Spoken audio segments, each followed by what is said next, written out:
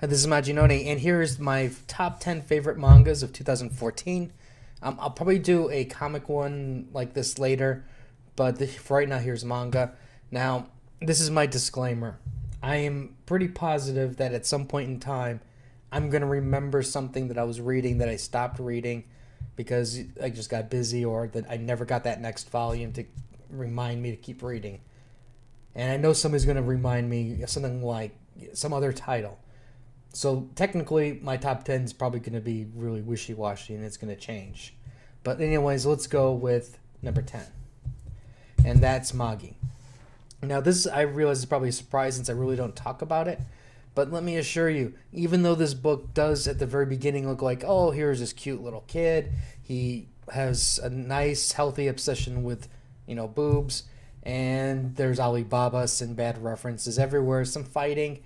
Let me assure you, there is massive power-up later. There's second forms, there's armored forms, there's war, there's a great evil that Moggi or Aladdin is trying to basically stop, and it's going to be, like I said, as it's going to get better and better as the volumes come up. And there's a truly evil person who's behind things. Number 9, I understand Attack on Titan is all hype, a lot of hype going on, but this is Before the Fall. Now, the reason why I like Before the Fall is because it's a stripped down version of Attack on Titan. And it's basically history, like what's going on before the first manga ever came out. So in a way, it's like a fresh look at the world of the Titans. So that's why I'm enjoying it. For me, this is definitely an entirely different story, different series. So it doesn't have that aura of hype around it. Because I have a feeling like not everybody who's watching Attack on Titan and buying the manga is buying this also. Number 8 is Naruto. Now, Naruto has been on and off my list from the very beginning. And for the longest time, I was really getting annoyed with this series. But I have to tell you, it ended. This volume here is just on that train ride to the big battle. I mean, actually, we're in the big battle, but train ride to the big ending. And I really liked how they basically finish things. It's like, as this is going on, it's like here's their dads. They explain like the history of their world, why things are the way they are, and I'm really, really enjoying all of this. I'm really enjoying seeing Naruto fighting alongside his dad, and overall, I think that it kind of redeemed itself a little bit. But even though I'm saying these praises to it, don't get me wrong, this thing was extended much longer than what it needed to be. The fights just kept dragging on. Villains just got more and more powerful. Heroes just kept getting slapped around. And so I sympathize with that. But I think if you look at a lot of the other manga that are out there, the way they try to like piece everything together at the last minute, sometimes it just doesn't hit their mark. But you can tell that this was like a really well thought out storyline. And especially how everything connected, and they think they did a good job. They're doing a good job at explaining everything. 6 is No Game, No Life. Now, I watched this anime, and I really love this anime. The manga is basically, even though it's the rehash, at least so far, of the anime, I really love it. I love the characters. I love the art style. I love how like like a lot of times the mangas, people are like, oh, it's all violent. And here's a perfect example where they're solving their world conquest through games. Now, sometimes the games do get violent, but other times it's not. And it's a lot of outsmarting each other, and I really love the dynamic between the two main characters and how they have that weird relationship. And overall, I'm really, like I said, this is one of those series that I'm really enjoying. I'm really glad it came out. And I was hoping to avoid like series that only had like maybe one volume. But because I've seen the anime, I'm pretty confident that this is going to fill out quite nicely as the volumes come out. Number 5, Terraformers. My disclaimer of Terraformers is this. The anime sucks. It's the worst piece of dribble that I've seen. And it's part of its pacing, but 90% of the problem is the unnecessary censorship. And by unnecessary censorship, I mean, like, for an example, if this was a violent scene, this might be all that you would see at times. So it's really, really crazy.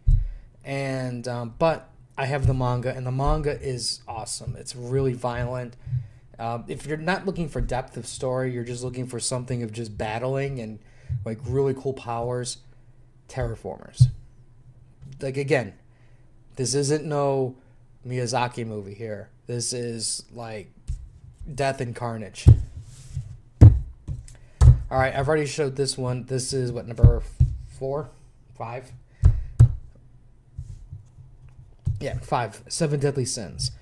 Now, I've just started this one, and I think I'm about a couple volumes behind. Overall, I'm really enjoying it. There's some good action. The way they presented the Deadly Sins earlier is that they make them look like these evil people, but of course, you know that's not the case.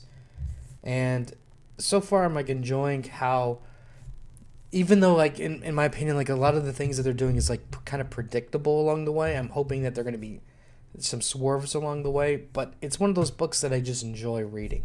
There's a little bit of comedy, there's some action to it. The art style is okay, and it's one of those that you don't have to waste a billion brain cells reading to try to figure out what's going on. You take it at face value, good versus evil, and power-ups in between. Number 4, Fairy Tail. I love Fairy Tail. Fairy Tail is just, it's one of those fun, it's basically, just imagine One Piece on land. It's fun, it's massive fighting, massive power-ups, your sense of the guild, your friends and family are the ones that you have closest to you. And Natsu's he's a good lead character in the sense where he's always there to protect his friends. And there's a lot of there's more stuff that will be going to happen that I don't want to reveal. But, for those who aren't reading up to date, but there's a lot of really cool things that are coming on board. And I just like the way they do their fighting, even though it's a traditional, okay, everybody pairs up and you battle, but the fights are overall really cool. So that's why this is definitely on my list. For me, what list it can't be complete without One Piece. Now, One Piece has slipped a little bit in quality, but if you look at it this way, it had tremendous storylines before this, and with the death of Ace and Whitebeard, it's like that whole build up. No matter what you do after this, you can't keep up that momentum because the momentum was just like amazing. It was an unstoppable juggernaut. It reached its climax, so now you have to build everything back up again. So I'm willing to go, okay, it's no big deal. There's going to be some slow parts. There's going to be a lot of rebuilding, introducing new characters and giving us the next stage of the story. And from that aspect of it, I'm enjoying it. The fights have been really good, and I'm definitely, no matter what, still on board for One Piece. Number 2 is Vinland Saga. Now, technically this would be the spot for Berserk, but Berserk just can never come out. So Vinland Saga gets number 2 spot. What can I say? Vikings, battling, carnage, revenge, slaughtering, swords, and massive battles. Now, later on, it doesn't get to be like that, but for right now, this is an awesome, awesome book. And the art is really good, too. And my number 1 book, manga, for 2014 is Mobile Suit Gundam: The Origin. I've seen this story before, meaning in the animated version, and this thing just it's just one of those types of books that it should be on your shelf if you're a manga fan. I understand if you go, Majin, I really don't like robots. But I get that. But this isn't a story about robots. This isn't like Mazinga Z, where it's every week it's a featured villain of the monster of the week, and they battle and Mazinga wins and they go home. There's a deep storyline that's going on here.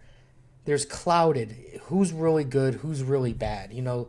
Even though you side with the Federation, there's some really evil people in the Federation. And like the Zeons, it's like, yeah, they dropped a colony on the Earth, they caused massive carnage, but they wanted their own independence. How can you really say for sure who's the good and who's the evil? Other than you just follow this course of the story, and then you have to base your decision based on the actions of the main characters. And, Amuro Ray, he's not what I would call the greatest hero of all time. He's just a little bitch that just needs to be slapped at times.